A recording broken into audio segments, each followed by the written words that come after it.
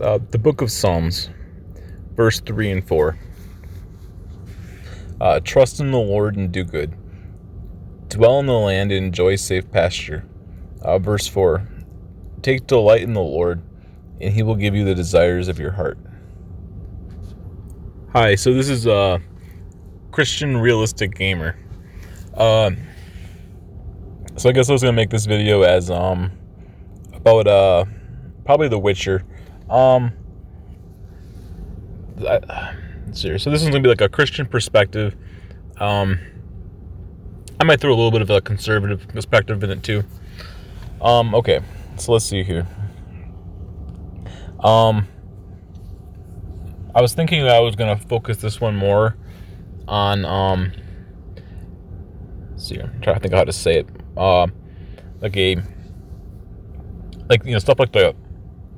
Stuff like the game mechanics and what a Christian, if you were a Christian and you were gonna play The Witcher 3, that's probably what I'm gonna focus more on. I might talk about Thronebreaker a little bit too though.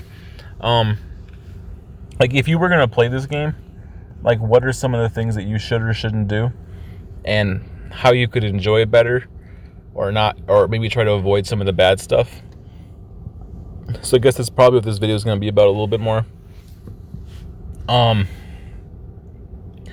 might also show some video footage too. So by the way, it's also fair use is a thing. Let's see here. Also, I want to say I don't know if I don't really think I could in my heart of hearts or my soul recommend that you play this game, because it's because there's a lot of darkness in it. But then again, in my opinion is that the vast majority of entertainment is pretty neutral, and there's good and evil put into entertainment. So there might be evil in this and there might be good in this. You kind of have to discern in between. And I suppose this kind of video, I try to be a little bit more objective.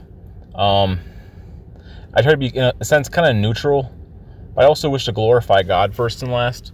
So maybe it's kind of I make some of these videos every once in a while.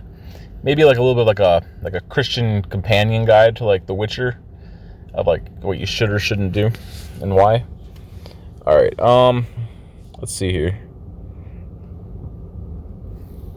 So let's see here. I think I might start out with a video to start out with. I mean, there is fair use as long as you transform it to some extent. I know. Here's a video from a person called Boss Fight Database. This is all the bosses from The Witcher 3. I mean, obviously, I'm not gonna be going through a 3-hour video. I might do a couple minutes here or there. Oh yeah, also there's probably going to be a handful of spoilers in here, a lot of my videos do, but I'm pretty general about a lot of stuff too. So let's just take a look and see what happens. We going? Help me! Help!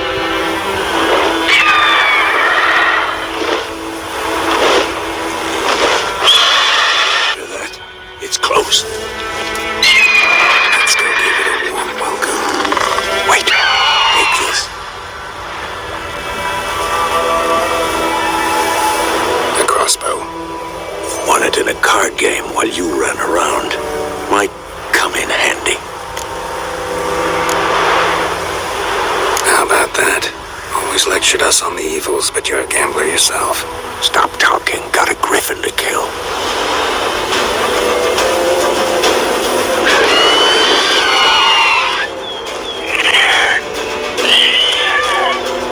Watch out!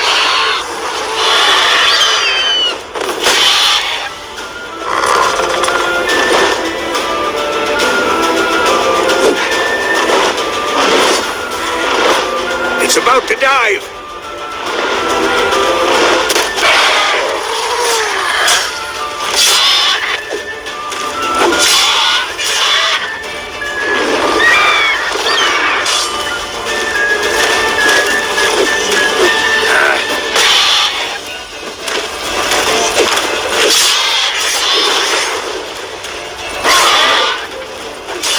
Come on! At them!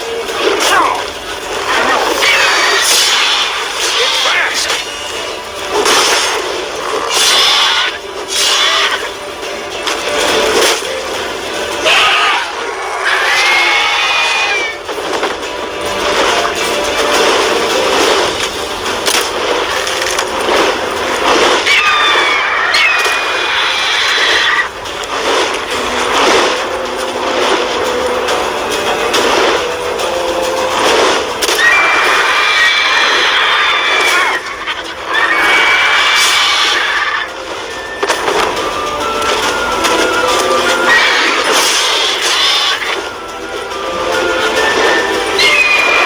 Don't let it get away!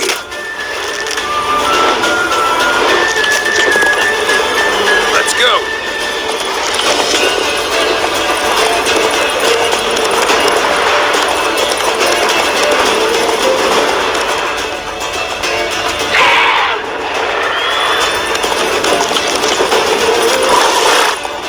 That's it, Rich.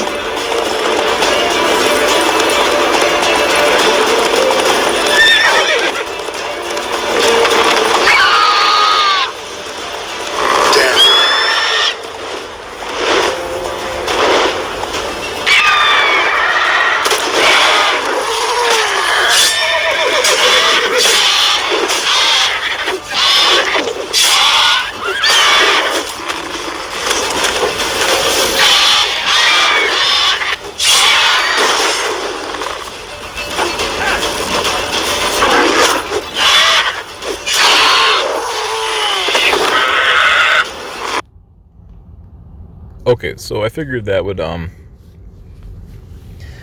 might help add a little level of aesthetics to the story, or to this a little bit. You can see the game a little bit. I can talk about some of that stuff too. Okay, so I guess I'm not even sure where I would want to start at, but so there's combat.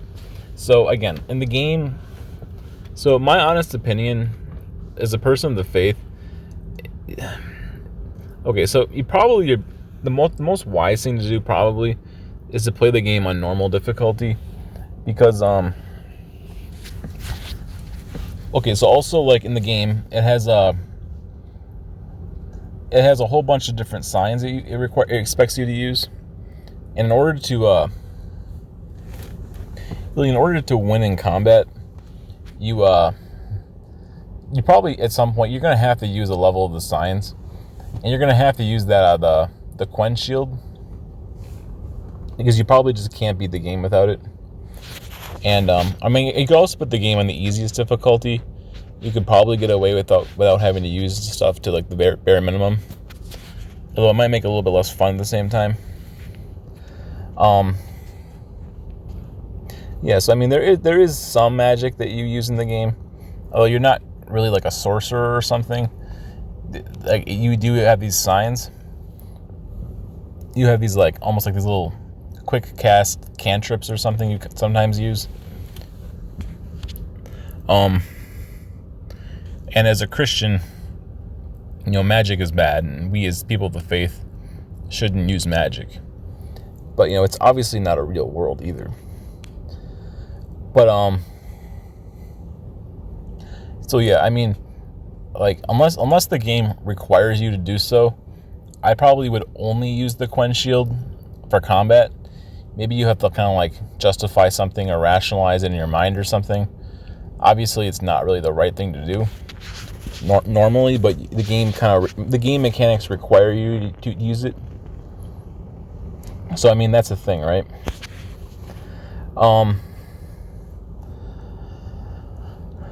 I mean, a lot of the stuff in the game is pretty gray, pretty morally gray, or pretty neutral. So I mean, like, there's like, you throw these bombs or something, right? You got the crossbow, you get certain like powers and stuff. You get like, ability buffs and stuff. All that stuff, it's pretty neutral in my opinion. It's not really like inherently evil. You use these mutations and stuff. I mean, a lot of this stuff it's kind of uncomfortable sometimes, but it's really not like, you probably the best thing to do is just not to think about it too much. Like, I mean, I would, you get these little mutations, I probably would avoid the blue, because they're basically the ones that link to magic. I think, the other ones are fine. You got, like, the combat ones. You got the, they call it, like, alchemy. I mean, alchemy isn't necessarily an evil thing. I mean, alchemy is it's just basically just, like, modern day, like, apothecary. You just mix herbs and you make some potions or ability. You make some stuff. I don't know. It's kind of sketchy sometimes, but really it's not that bad or anything. So, I mean, like, I especially would avoid the blue ones. And maybe use the red and the green ones, or like the more neutral ones, or like a special like perk up or something for like a non class aligned one. But so yeah, like the crossbow, I think most of this stuff there's nothing really wrong with it. I mean, some of it's like a little bit like maybe military based or something. That stuff isn't really inherently evil. And again, like, I mean, there is sex scenes in this game too. And, as a Christian, I mean, yeah, I mean, looking at a female, fully naked, yeah, I mean, it probably does look good or feel good, right? But, I mean, my wisdom and my advice that I would give you is to, I would just skip those scenes. Like, if like, you should look up ahead of time, like the bigger cutscenes, right? There's gonna be a couple scenes, but there's gonna be like, I know that especially early on in the game, Yennefer, she basically is just fully naked. You can see her butt, her nipples or whatever, her back, her legs. You got to be careful, right? So, like, I mean, you should be careful with that scenery, but and like, I mean, obviously, this is probably more a video for men than it is for women when it comes to lust. But I think his name's Geralt or Geralt. He has a handful of some sexual scenes too. And there's a couple scenes, like, there's another point during, I think, going on Act 2, where again, like, Yennefer and Geralt are having sex. That's a pretty there's a lot of topless women in the game, and it shows a lot of very sexual or sexualized themes constantly throughout it. So, I mean, if a trigger is going to come up, you probably shouldn't watch it, or just skip it, or like put your hand over your eyes, or try to look away for like a minute or something. You're probably not going to be missing out on any kind of major story thing.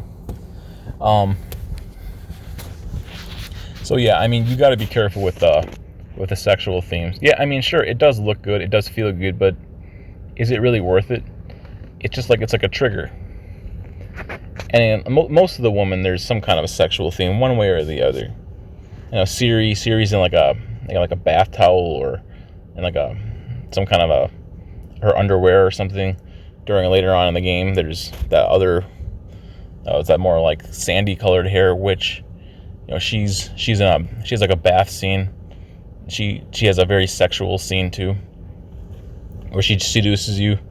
There's also some very like sexual abusive scenes a couple times, and there is also like some scenes where like the men are naked, or there's some kind of sexual themes on both sides. So you got to be careful. I mean, if you especially if a person of the faith, or just really humanity in general, if you watch that kind of stuff, you're probably going to give into lust. It's probably going to go further, and it's just really ain't good for you. I mean, yeah, it looks good, it feels good, but it's just, is it really worth it? I probably would say no. I mean, that's your personal decision, but like lust is generally not a good thing, though. Let's see here. So yeah, I mean, I guess another major issue is the sorcery. There's a handful of I mean, again, I know it's a fantasy game. You can't escape from all of this stuff, right? But you can at least minimize the bigger events, right? That much you can do. Like if you know a scene is going to be like really, really perverse, like a really kind of like a nasty pagan scene or something. If you know that kind of a scene is coming up, maybe just skip it. Or just go through the scene or just fast forward through it or something. Like, sometimes there's stuff that's perverse in it. I feel like you really just don't need that in your life. If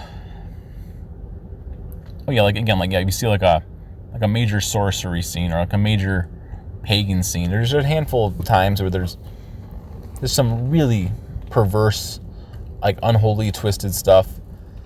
I mean, the game, you could play The Witcher 3 for like 150 hours. And if you minimize a lot of the garbage, you might, at the end of the game, lose like 1/4 of the game.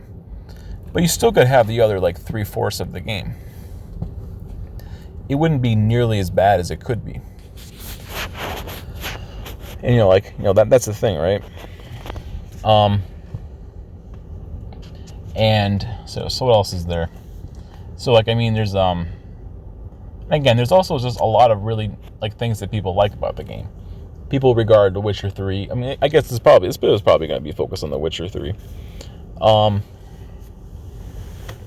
There's a lot of things people like about the game. There's a lot of great things about the game. There's a lot of things that are fun and a lot of things that are neutral. And obviously, there's a handful of things that are really questionable too. And it's like I feel like you got to be careful with that stuff. Like, I mean, there's there's a card game. It's called Gwent. The game's pretty fun. And I mean, again, like they have a handful of sorcerers or people in the game. And again, you gotta, like, some of that stuff you gotta be careful with. I mean, there's also, there's a lot of fun things in the game too. I mean, there's a lot of evil, but there's also there's arguably a lot of good, or at least a lot of neutral. So you can go around the map, and you can kind of like collect all the different cards they offer you. There's also like fist fighting events. There's horseback racing. You also have different there's different like sets of armor you can get. There's one for each of the major themes. Now, I personally would say I recommend probably getting I think it's called the cat armor. That involves you using more like a fast attacks. Again, because if you use the medium armor, you're basically expected to have to use the signs as your main priority. And again, like as a Christian, try to minimize using the magic if possible. Because people of the faith don't need to. We don't need to. Be doing that kind of stuff if possible. And there's a heavy armor set. There's different play style builds. So what else is there?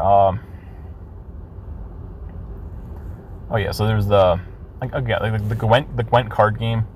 Again, I do enjoy it. It's a little bit it gets kind of old after a while because it's not super in depth.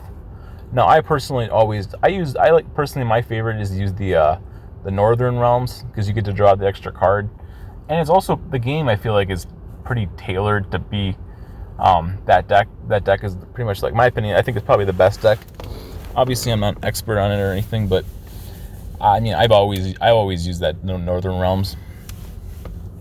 I mean, it's generally you can build a really, really powerful deck, and also, every time you beat a major person, you get to have a special unique card they have. You can go around all the different places. You can buy cards. You can win a handful of some common cards. Sometimes you might. Also, the Gwent game is built into the main story. not the main story, all the major quests in the area too. And occasionally it's in there. So, if you have it, again, it's like a cool, I always like the deck building trading card kind of games. And the fact that it's like, built in is pretty cool. And again, I think I'll also, again, if I try to put like a Christian perspective into it, not every single thing and every single piece of content is inherently evil. It's like, there's just thinking like the game isn't necessarily like every single second of this game isn't necessarily evil, but there's just a lot of darkness in it. So I mean, what else is there?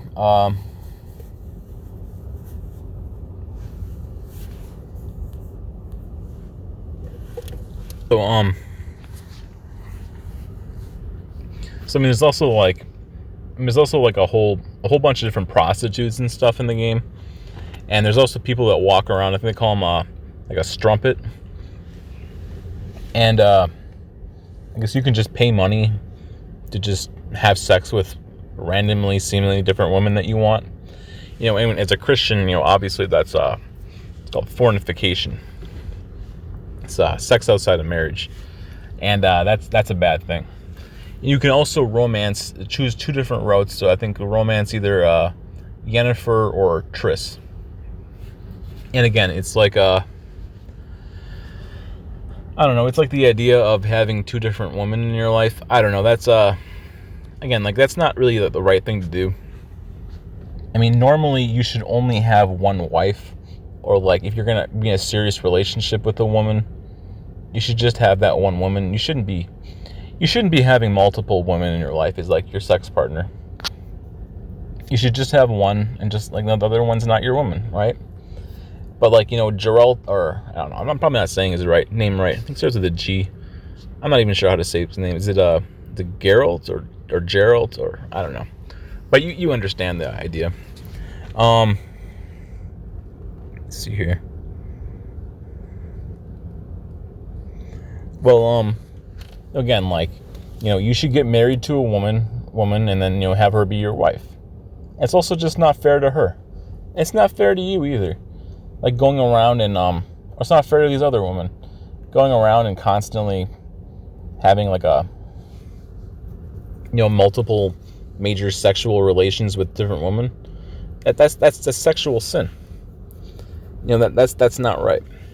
So like, again, like, but like me personally, whenever okay, so by the way, I've beaten the whole game. Like, I mean, I never played the DLCs, but I've watched some videos on them. But I beat the whole game already, so it's not like I don't know most of this, what the game exists within. But so like when I played the game, I think I romanced Yennefer. Honestly, I've never even seen the ending for Triss. So I mean, supposedly you can hook up with Triss rather than Yennefer, but I've never seen it. I don't even know anything about that. I guess if you know anything about that, or feel free to like leave a comment about that or something. I personally am not familiar with the romancing Triss, or really how that road goes. I guess I just kind of like Yennefer more. Not to stir up. Let me take a look, see what she looks like. Well, hopefully whatever picture is, she's not naked. I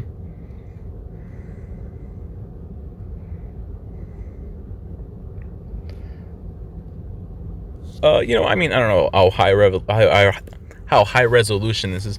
I mean, honestly, she's a very beautiful woman, by the way. I mean, I know there's the lore that supposedly she's like 100 years old, and she's like a witch or something. I mean, again, I don't know. It's a fantasy world. The game is what it is.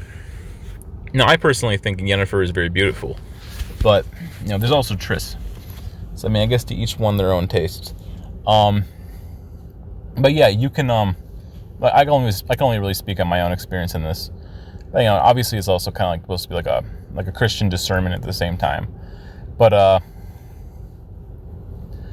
so you can choose to romance one of the two women. I think you also can just refuse to romance one of the females too. But yeah, I think so. I mean, you can kind of, in a sense, like both Geralt and Yennefer are both they're kind of in this like love relationship with for on and off for like, I don't know, like, I know people get mad, but I don't have to study the lore perfectly or anything, but I think almost like 50 years or something they've been kind of back and forth about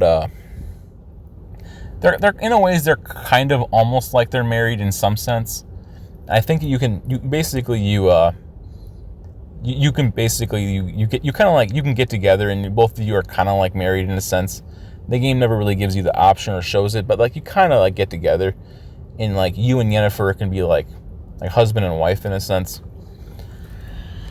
I mean, again, like it's kind of like, it's like, for all the dark moments in the game, there is moments that are also beautiful too, and it's like, I mean, again, it's just like, like he can find love, and again, I'm sure he has all his sexual sins or whatever, but they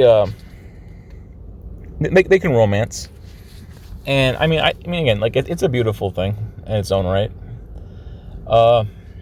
So what else is there that I could talk about?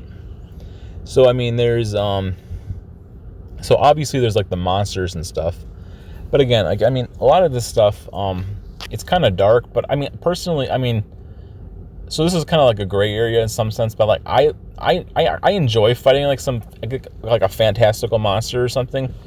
And I know they're kind of gross and like ugly or whatever, but you fight them or you kill them and you get their trophy. To me, I don't really have any personal qualms with it. I mean, this is more like a sensitivity issue, I suppose. I mean, I think it's actually really cool, and I think it's awesome. Like, personally, to fight against like you take like a big sword and you fight against some, like a dragon or something. I mean, as a Christian, I think that's awesome. And again, they also have like, again, a lot of stuff in the game is also pretty realistic too. Like they have like politics. They have their own like empire, their own kingdom. There's they got different royalties. They got their own like little market shops. They got their own little dramas and their own little problems and stuff in their own little kingdom. I mean, none of that stuff. I mean, a lot of that stuff is pretty realistic. It's not like every, in my opinion, as a Christian, is again, like, and I'm sure I repeat myself a handful of times. That's fine. If it's important, I can say it multiple times. Like, not everything is bad, right? I mean, there's some cool stuff. They got it's also kind of like they have some like some Vikings in it and stuff. Oh, they have they also have like, there's really cool environments and really cool like landscapes. And again, I know, like, again, I praise this game too, right? Just not, whether you agree with everything in it or you disagree, it's still like a great game at the end of the day. Like they have also, I'm sure I've said this in one of my other videos. So like The Witcher is also based pretty heavily off of real life. Like, it's supposed to be like almost one for one like a medieval normal society, except for it has some fantasy twists to it. I actually probably would argue that The Witcher, I mean, this is pretty much only on The Witcher 3, but it's pretty much like a very low fantasy, low power in a lot of ways. I mean, there is some moments here and there that have some fantasy, right? But for the most part, it's the vast majority of the game is pretty realistic for the most part. I mean, other than like the magic or whatever, and again, like their quote unquote gods curse their world. That's why they have monsters. They're basically killing people or whatever. But apart from like a lot of some of the darkness at times, you would almost be hard pressed to even realize you're playing in a fantasy game. More often than not, it's a pretty realistic world. Whether that world, I mean, the world, again, like just on Earth, we have a lot of evil people on Earth. You read our history books. I mean,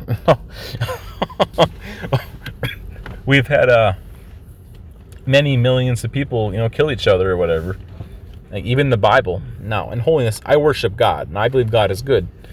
But humanity for like 10,000 years throughout the Bible was pretty brutal. A lot of times, there was a lot of killing, and there was a lot of drama. There was a lot of problems too. And again, like, well, yeah, like, I mean, one of the things, you could just kind of scroll through the, like, the world. You could see, again, you walk on, like, a horse. They have, like, different roads. They have, you go to a little town. You'll have, I mean, I'm sure I could show this on video footage, too. I mean, or people could look it up. Or you can play it yourself if you already own the game or whatever, but, like, you walk down the road on, like, your horse or something, you go into a town, you'll be looking down your feet, and you'll be, like, almost worried that you're stepping on, like, a handful of, like, goose or something, or I think they're called geese, and they're just, like, they're squawking at you or something. They all go out of the way when you walk into, like, a town, and you walk into the town, off to the side, in, like, the grass, there's a bunch of women, and who are just, like, washing clothes or something, right? And they have, they have like probably like a child with some like an archery bow pretending to fire an arrow or something. You got a handful of men working in like the smiths or something. Like the women are gossiping and basically complaining about their lives or whatever. Talking about how they're mad at their husband or something. kind of things that women would do normally. You get the men that are sitting around half the time, drinking alcohol or like eating food or something, or just kind of slacking off, like, well, I mean, a lot of these things are kind of realistic, like a lot of men don't like to work, and a lot of women like to sit around and talk and gossip. I mean, that's kind of the way, life is. You got some guards standing by the entrances to some of these places. You got like an innkeeper with like a bar. I mean, there's usually, and there's also like a day and a night cycle. There's just stuff going on at night, and there's stuff going on during the day. And again, I mean,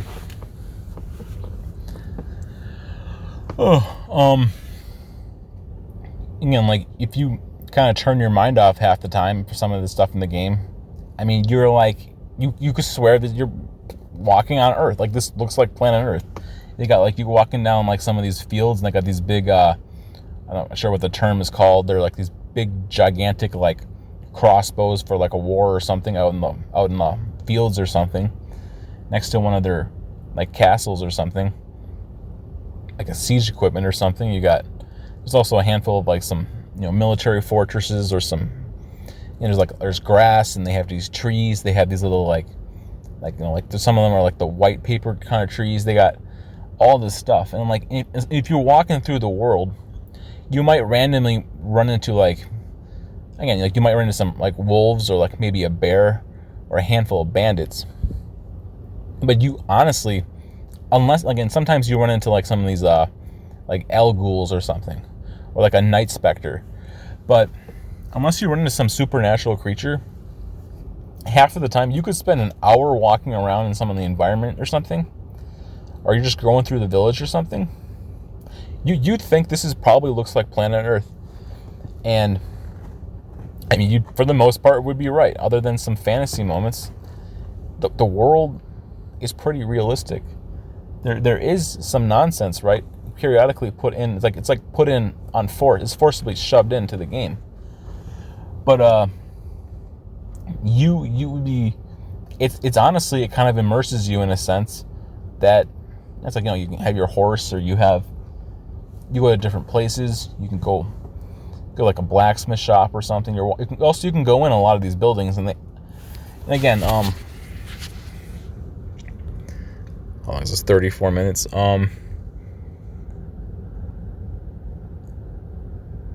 So like, you can like also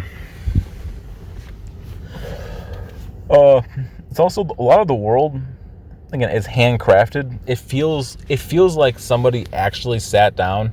Now, I don't really know who actually fully built this game entirely, or the details, who exactly wrote this game. I mean, they probably deserve like a massive promotion or a huge raise either way. I think the name of the company is called like CD Projekt Red. Now, I don't really know too much about them, but it's fine either way. But it feels like, they actually like gave a dang. They actually because like the vast majority of this game is like handcrafted. It's like you look at like a Ubisoft game where like they just kind of auto-generated a lot of the world. They didn't really care to put any effort into it. And like this game, it feels like the people who made this, they actually cared, and they actually handcrafted it, and they went out. There's just places in the game where you might not even go into or see, and like there was like this little attention to details put in to their creation process. And again, it's like these little details are like really good. So again, like the level of immersion and the level of realism in this world is very high. Oh, okay. So also like from a Christian perspective, I guess on this, well, in holiness, God Himself in heaven is the creator, and He created earth, and He created humans, and He created He built like the trees and the earth, and He put humans on this earth, and He gave us the ability to make our own societies and worlds and our government. And His right hand is involved. I mean, I guess if you look at like The Witcher, obviously a human being created that game or world. At least, I mean, I don't really know too much about the details, but I have a picture of Yennefer here. Oh, that's okay. I mean, she's beautiful. There's no reason not to look at her. Obviously don't get consumed with like lust or something, but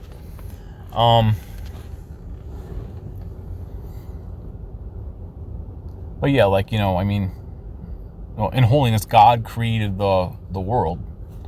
And I mean, like, you look at creation, and like, even video games and like RPG games, there's creationism in a sense. I mean, nothing happens for no reason. Everything has a reason for why it exists. And I mean, that is one thing I like about video games, is you can step back and see the universe from like a different point of view and a different perspective rather than just your own. And also, I mean, there's also life and death, and yeah, people die, right? And like one day I'm gonna die, and one day you're gonna die. Death is inevitable, and as humans, we do have to accept this on some levels, that we could just go anytime. I mean, obviously, there's the gospel of Christ, His death on the cross and His resurrection from the dead. And oh yeah, also the other thing is, it's like, when the universe doesn't revolve around us as individuals. And if a character, you looked at like The Witcher 3 or something, if a character dies, they're dead, right? But like the story continues going on, and just because one person's gone, the world's just going to keep spinning. The story is going to keep going. The characters are going to continue to advance. And if a handful of them fall, well, they're just going to keep going. And even if you defeat the villain, the story, there's still going to be more of a story, right? And like the same thing with life. One day I'm going to be dead, but the earth is still going to be here, as far as I know. And I do think that's something great about video games, that lets you kind of get to see a very large perspective on the world and the universe. Also, from the Lord Himself, because He's the creator, and He's the one that gives life, and He's the one that takes life away.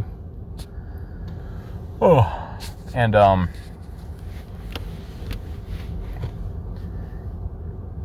it's it teaches you that you're not the center of the universe. Everything doesn't just revolve around you, the individual. And like again,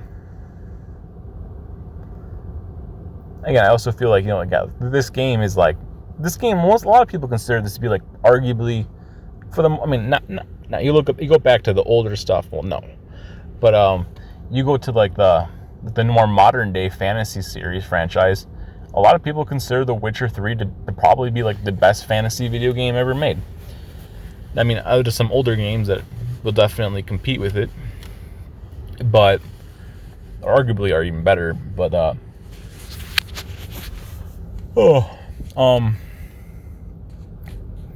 but yeah, like I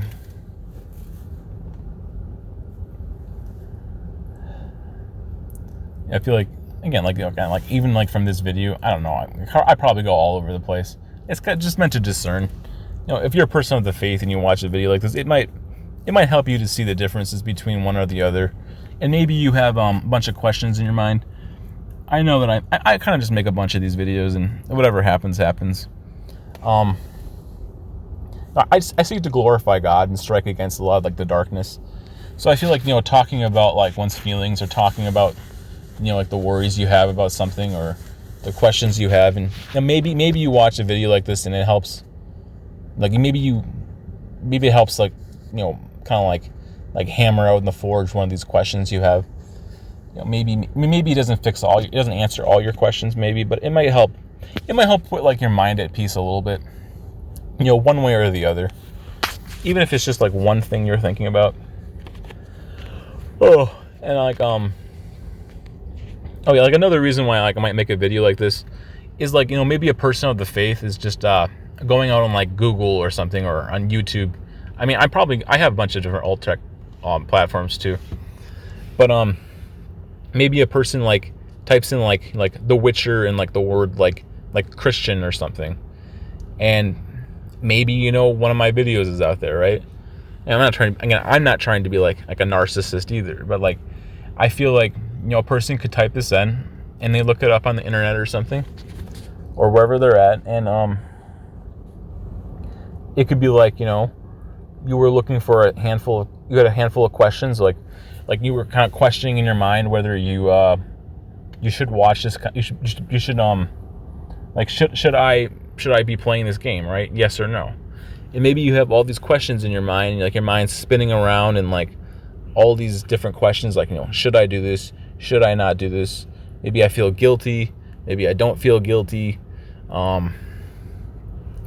You have all these different, like, again, like I think somebody told me once, it's like moral gray guilt. It's kind of like a funny term, I guess, but you get this guilt from this grayness, like, because it's just so difficult to distinguish what is and what isn't. And so that's kind of why I make one of these videos. I might make like 5 or 6 of these. I mean, I put some different opinions on each one of them, or something. They might be similar, but like, yeah, it might help qualm some of those convictions, or it will on the other hand, it might ignite your convictions and cause a tremendous amount of like fire within you or something. And it might maybe you see one of these, or you read some of the stuff in there and you're like, what, maybe I shouldn't. I was questioning whether I should play the Witcher or something. Also, there's like the power of God's Holy Spirit. And it was like the Holy Spirit. Maybe Holy Spirit takes like, I couldn't explain God. I'm just a stupid mortal at the end of the day. Like, he has like his right hand is like some spiritual hand, and like he takes it and like lights his hand like on fire and kind of puts it on your heart or puts it on your soul. You just feel like this intense like flames within you, like you're burning alive in hell, like inside. And that's also kind of like why I make some of these videos sometimes. I mean, because like I feel like in order for that guilt or that fire to really go away, you have to come to terms with a definitive yes or a definitive no. And if you don't have a definitive answer, and you're not willing to actually stand by an answer definitively, this internal, like, I think it's called like conviction. God convicts you of your sins, or he puts his hand upon your soul or your heart, and just, you got this fire within you. You feel like super uncomfortable. You have a handful of like maybe guilt. You're sensitive. You have this like, almost it feels kind of like torment or torture inside. You can't really escape it. and there's just really nothing you can do. And honestly, I think the answer to that question, the only way you're going to get out of that is you have to come to a clear 100% definitive answer of yes or no, in a very honest way too. Again, like you, the individual person. And unless you can do that, that fire inside just like feels like you're just being burned alive in hell. It's not going to go out. So you're going to have to make that decision. No, I don't know. I know I felt like that a lot of times. It's probably why I made this video. And I do try to serve God. I'm probably going on like a 15-minute here, like little preaching sermon here, but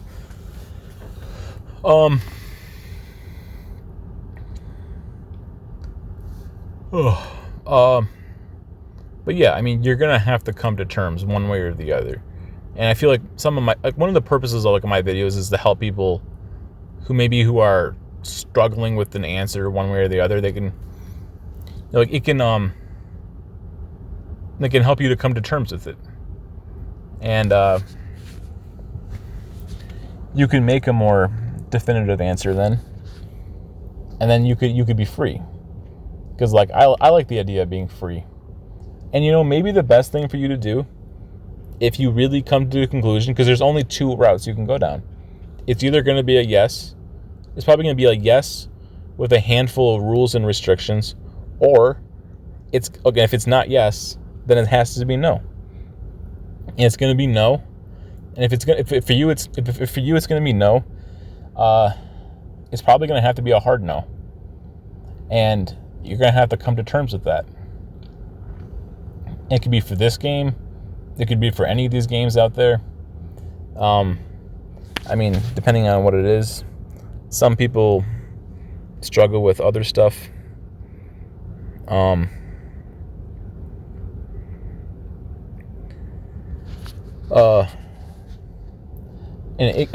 Obviously there's a lot of different problems out there. I mean, I know for myself personally as an individual, like I generally like the dark fantasy, in my opinion, is just inherently probably one of the most, just like kind of the most blatantly bad overall, especially compared to other stuff.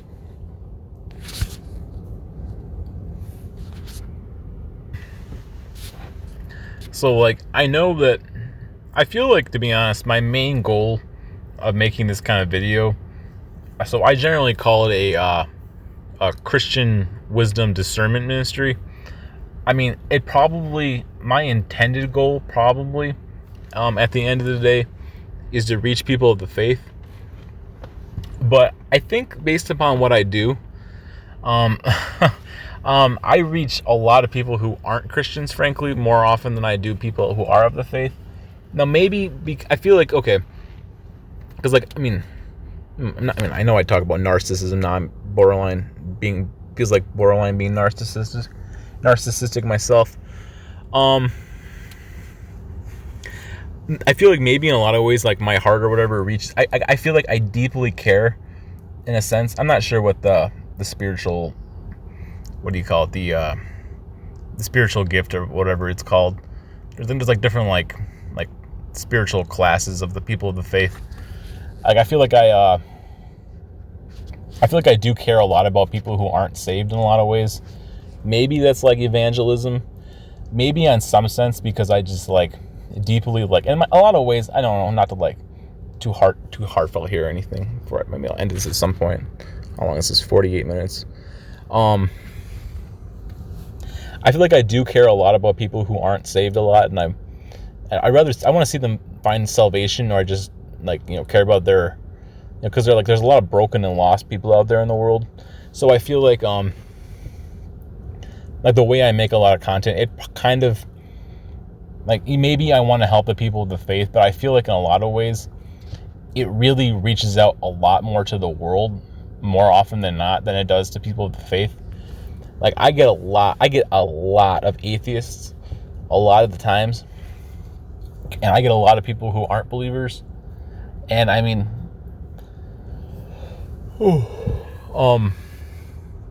like occasionally, like I do, like the people who are of the faith who interact with me are usually very strong positive, but I get a lot of people of the world I mean, maybe in some sense, like I play these little games with my. I mean, I'm going on some tangent now. I'll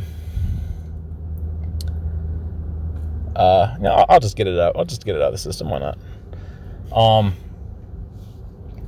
Maybe in some sense, one of my goals is to reach people who aren't saved. But I mean, I know as a Christian, I want to support the Christian faith. But it's like I try to be like God's servant in some sense too. So, I mean, I know God in heaven, despite all the people who claim that God hates people, I believe God does love a lot of people, and He wants His human creation to be saved. He wants them to find Him. I mean, obviously, He wants them to find eternal life, right? I mean, that's obvious, but He wants people to find this concept known as He wants people to be free. He wants people to find the idea of salvation, of being freed from their sin, to find relief from all this all the pain and the suffering and the anguish and the torment and the guilt and the internal anguish and all the stress and the strife and the fears and the worries and the lack of resources and the conflicts and the drama, and to find a sense of peace. And I know the world is deeply hurting in a lot of ways, and I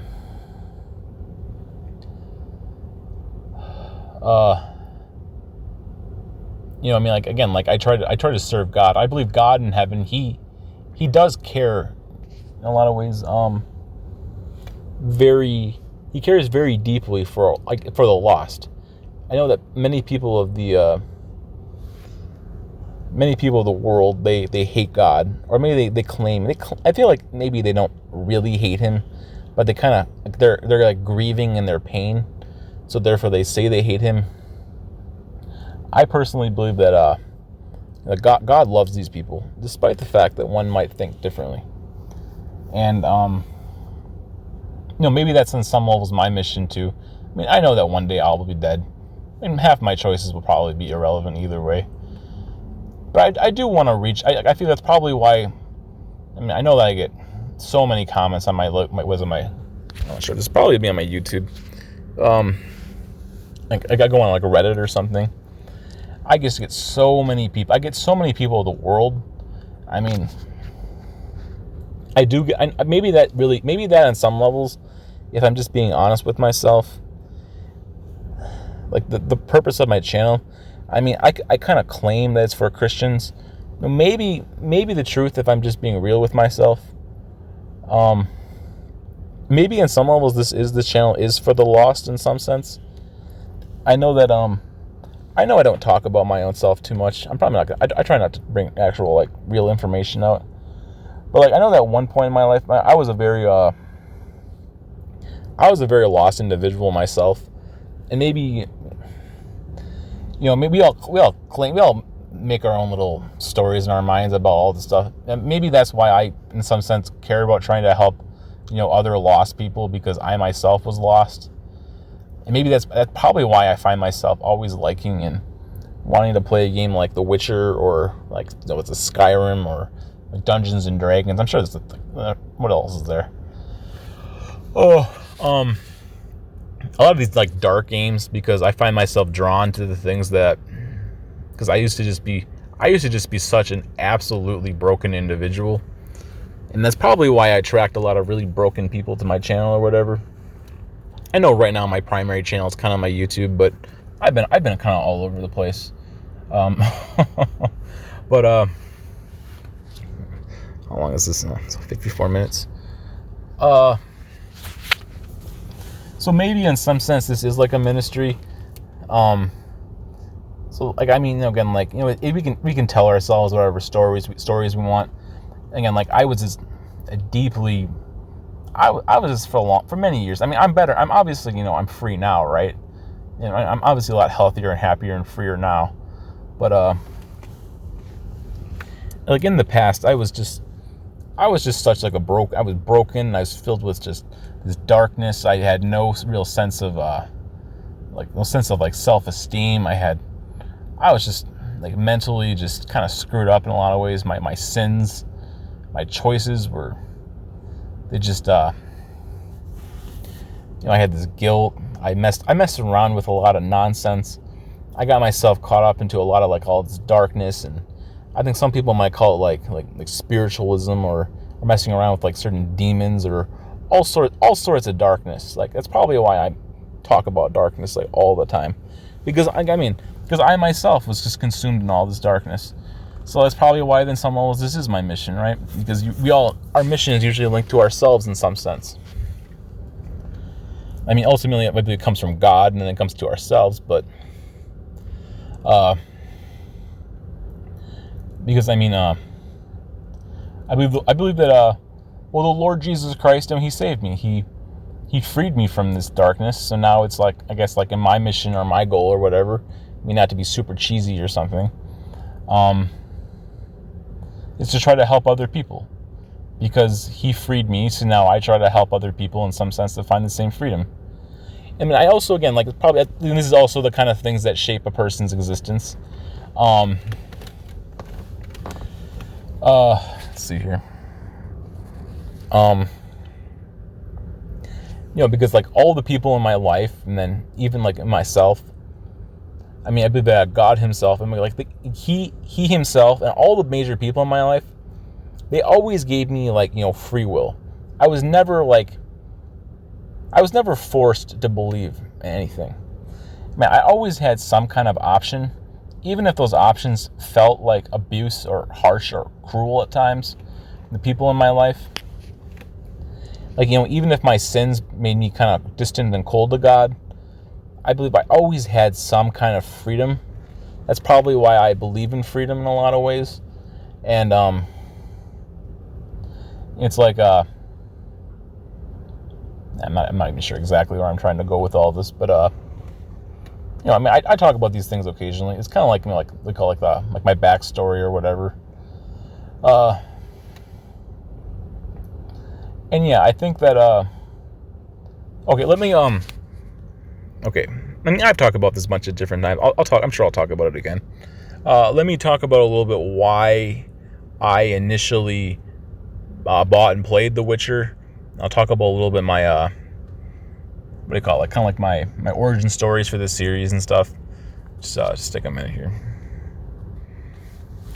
So initially, my reason for I know I got a whole bunch of like jumbled up thoughts. I gotta figure out. I'll kind of just say them, and they'll just kind of come out by the time it's all over. So initially, when I was younger, I don't like to talk too much about my personal private information. I'll just say I'm in my early 30s now. So initially when I was younger, maybe I don't even know how long ago The Witcher 1 and 2 came out, I had an early PC, and I think I bought The Witcher 1 and 2 on Steam on sale, or probably $5 or $10 for I think it was $10 for The Witcher 2, maybe $5 for the first one. I couldn't even get the first one to load on my PC or whatever. I managed to get the second one to work, and it just didn't really look very good. I just didn't like the combat. Now, granted, this is kind of like more pre-internet. People weren't addicted. People even 10 years ago, was it 10 years ago? Probably more than 10 years ago at this point. 13 or 14 years ago. People weren't on the internet really that much. It wasn't that good of a connection, and it was kind of just slowly coming out. It's not like you could just go look up a bunch of reviews or something. This stuff didn't really exist, or no one really cared or knew. So it's you kind of just did whatever you wanted in some sense. It was a freer world, but it was also smaller, less options available. So it wasn't like I looked this up or anything too heavily. I just kind of so I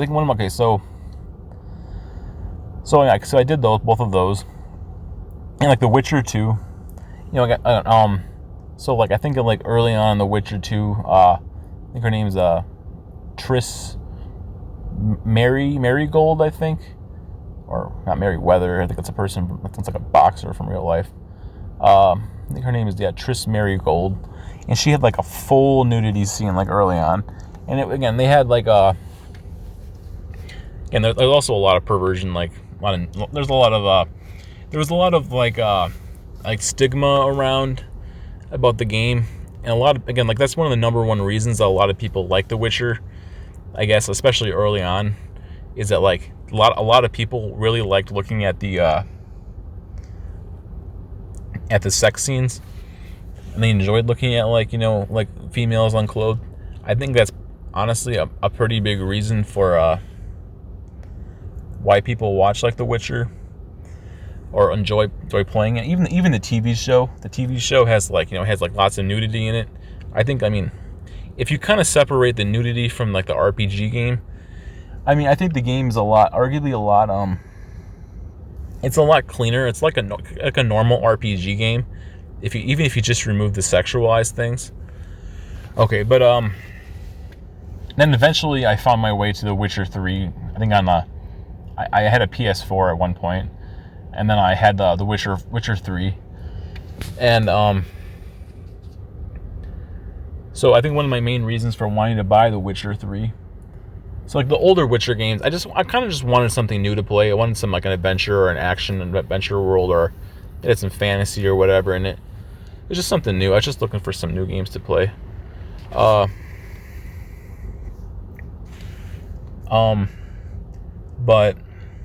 so I found The Witcher 3. I think I downloaded it. I played it, and initially I didn't like the game, and I couldn't figure. I mean, again, this is kind of like even when I had my PS4, this is kind of a little bit pre-internet in a lot of ways. The internet existed, but people didn't really use it that much or care about it. There was a handful of people who used it, but it wasn't that many. Probably like 10 or 15% of the people really kind of used it for stuff, but most people didn't care. So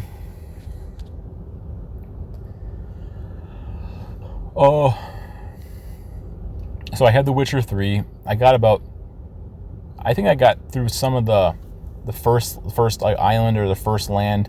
I couldn't figure out what to do. I didn't really like the game. I think I just kind of I was kind of like a baby about it. Like I didn't like the first. I couldn't get the first game to boot up. I didn't really like the second game. It kind of looked like crap. It played like crap. I didn't really understand what was going on. I also got about like maybe 10% of the way through The Witcher 2 at the time. But oh yeah, when I played The Witcher 2, I was like, I was gonna play it on like the harder difficulty. I was gonna try to push myself. The game just like slapped me across the face. The game was really hard, so I turned it down to like the medium difficulty. I tried it a handful of times. I tried like 2 or 3 times. The game just like crushed me. I put it on the easier difficulty.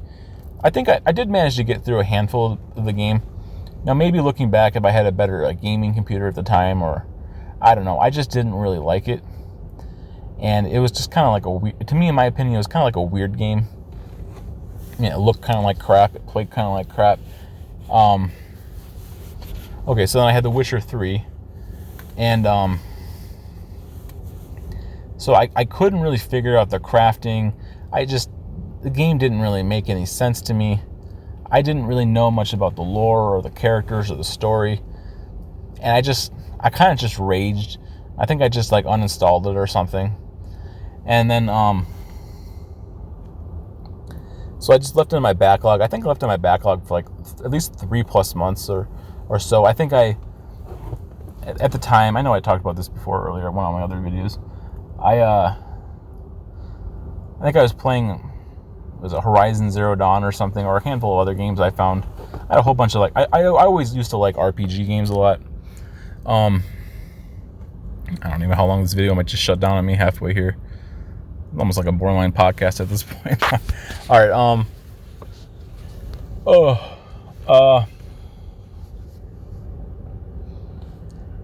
So what else? So I wanted to play The Witcher 3. Eventually, I came back to it, and I gave it another chance. I think I looked up some information. I kind of figured out how to I think I looked at a YouTube video to try to figure out what to do.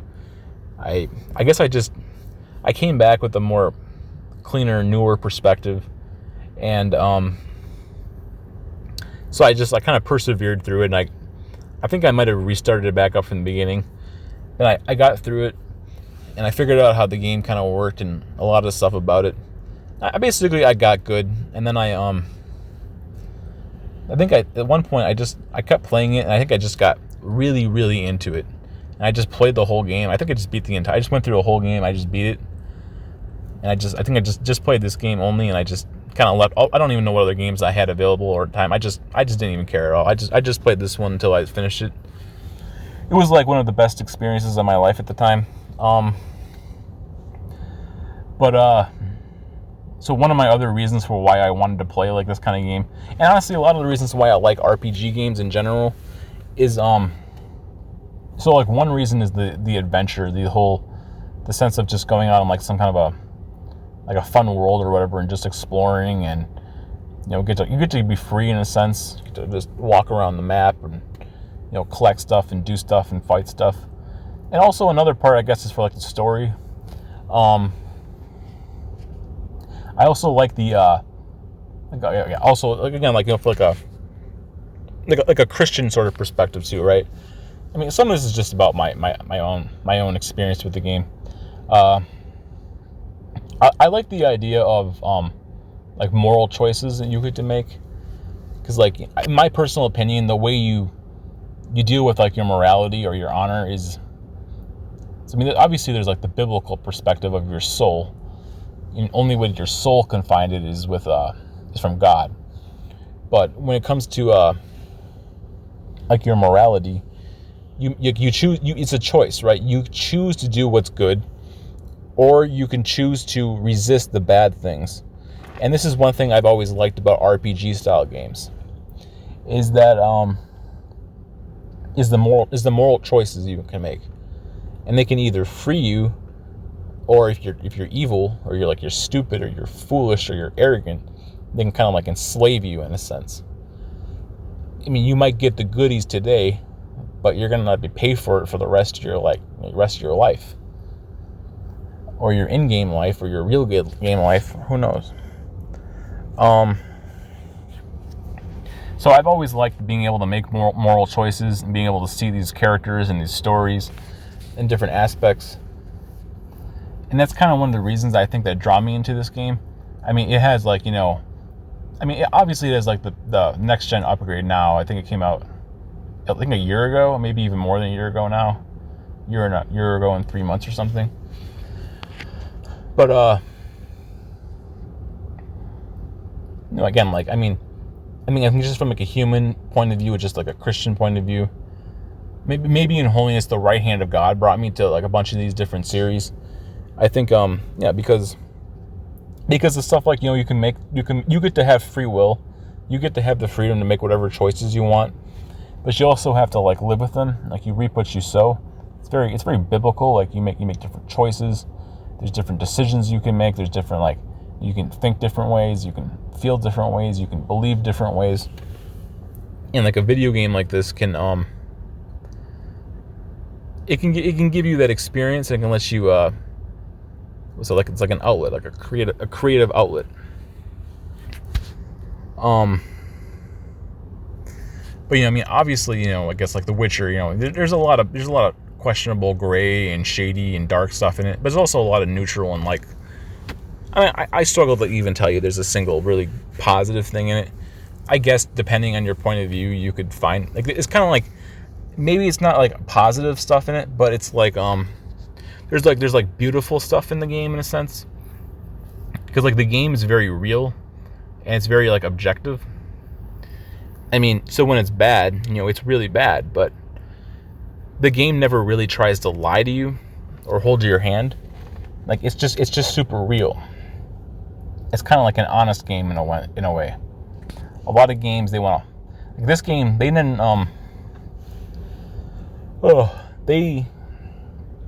it's genuine, and you get what you see what you're gonna get. It's not gonna be like the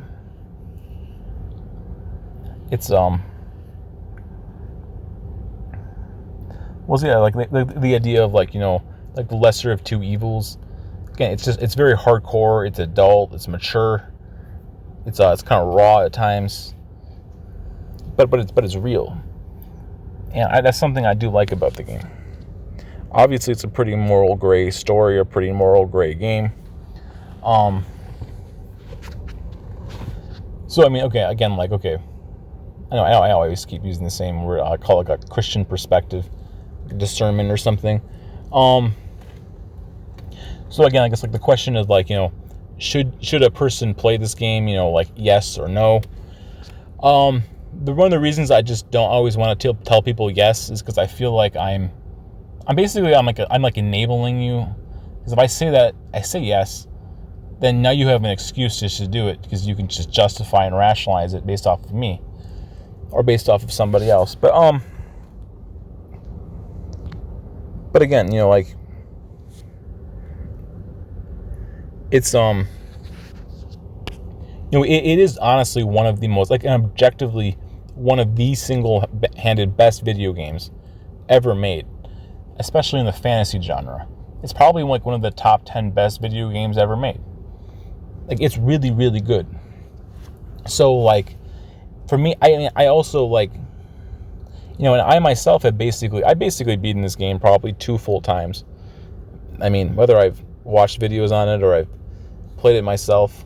Initially I beat the game once, and I've come back a handful of times. I've never been able to really compel myself to do it a second time, but it's really hard for me to tell somebody no. Like, I want to say yes at the same time, but like, you got to be careful with it. But yeah, let's see here. But yeah, I mean, like, I feel like if you do play the game, or if you do watch it, or, I mean, obviously The Witcher 4 is going to be coming out probably, I don't know, next 5 years it'll probably be out. It might come out in the next generation of the systems. But again, like, I feel like you got to get this stuff down now. You got to kind of, like, hammer the nails down and get this stuff dealt with now before all the next generations of systems are coming out. And, like, also eventually, eventually the next generations of humans will come out, and we will all perspire, and eventually other people will take our places, and they will inherit our lives, our pasts, like our children or somebody else's, or whoever God in heaven allows to be alive. They'll they'll have our lives. They'll have our stuff. They'll have our stuff, or our past, our memories. So you got to get this stuff, kind of sorted out. I want to say yes, that you should play this game. Because it's a great game. There's beautiful stories and memories. There's there's so much value to it. But I feel like, yes, with an incredible level of discernment and having sense in your brain, in holiness, with God's will, that is, obviously, if you can keep your crap together. But I mean, also otherwise, there's a very conservative answer, which I feel like just to say no. I also feel like if you're going to say no to this series, you might as well just hard stop and have nothing more to do with it ever again. It's like just hard stop and just shut everything down from it in your life and just completely 100% move on.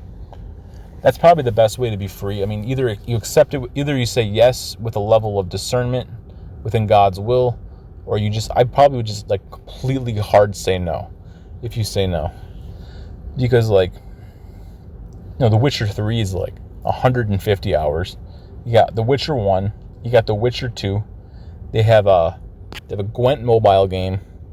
They also have Thronebreaker. They have some kind of a Rogue Mage. I had not played that game, to be honest. There's also like a bunch of books, and The Witcher is put into like every major series nowadays. They have a little advertisement. The Witcher 4 will come out. I'm sure there's other stuff to it too. It's a mass. Only have the TV show. TV show kind of sucks, apparently. I've only seen, I think, the first 2 seasons with Henry Cavill. And they did him dirty, but TV show kind of sucks. But who's to say? It could get better. They could hard reboot the TV show. I think there's some kind of a movie or some kind of an animated movie out there. I think they made a board game of it. There's there's 2 different spin-off series either they're making or that came out. I mean, they made an update and they made a new quest area. Again, you can easily, all the stuff combined together, it could be like 500 plus hours. So I mean, if you're gonna as a Christian, I feel like you just gonna have to say yes on some percentage level. You're gonna have to accept it and enable it in your life, and you're just gonna have to put strong like armor on and discern with it, which is kind of what I've done. Or I would just completely 100% with an absolute just shut it down and just say no for your existence with this, and then just move on. And like if you do play this game or you do watch it or you think about it or whatever, glorify he himself in heaven, and acknowledge God with it, and just give thanks to him and accept the consequences too. And give thanks to God, and maybe pray about it, or pray for the new series that are coming out or other people are involved. Or otherwise, if you are an expert on this, say you're smart. I mean, I'm not really that smart necessarily. I mean, I probably have like an average level of intelligence, but if you are an expert on this kind of stuff and you are a Christian, maybe you ought to go out and make some content on it, right? Do it with a sense in your head. Maybe make a video like this if you're an expert on this. You know a lot about it, and you're a person who's, especially if you're a Christian, right? Or if you're a rational, level-headed minded like atheist or something, or you want to talk about like the faith about it or something, or discern about it. Again, if you're a Christian, maybe consider, in holiness, if God is maybe willing or calling you to do something like this, consider consider making make a video on it, or make a Reddit post on it, or talk to other people in the faith online, or maybe if God is willing, make your own walk through a game movie on it, or talk about a lot of this stuff, or give your own commentary, or write some words on it, so other people of the faith can benefit from it too. And talk about why things are good, or talk about why things are bad, or help other people discern the gray. Because we need more people of the faith. If you're gonna spend that much time with this stuff anyways, and you're a Christian, you might as well help the other people of the faith. I think at the end of the day too. Don't enable people, but help other people with it. And I definitely feel obviously I made a bunch of videos on this stuff. I'm probably somebody who says yes to this series myself. Maybe that makes you a bit of a foolish person. I feel like I say yes, but with some pretty strict restrictions. But yeah, it's about an hour and 18 minutes. I'm gonna wrap this up here in a second. But yeah, maybe have a little bit of self-control. And give thanks to God. Discern, know what is good and know what is evil. And keep your crap together. Okay. I might make another video at some point too. All right. Thanks. God is good.